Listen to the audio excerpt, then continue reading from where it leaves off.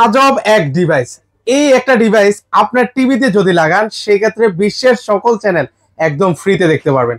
ভাই কয় হাজার চ্যানেল দেখা যায়? সারা বিশ্বের সব থেকে ভালো ভালো 3000+ চ্যানেল দেখতে পারবেন এই ডিভাইসে। ডিশের বিল লাগবে না, ডিশের বিল দেওয়ার দিন শেষ ভাইয়া।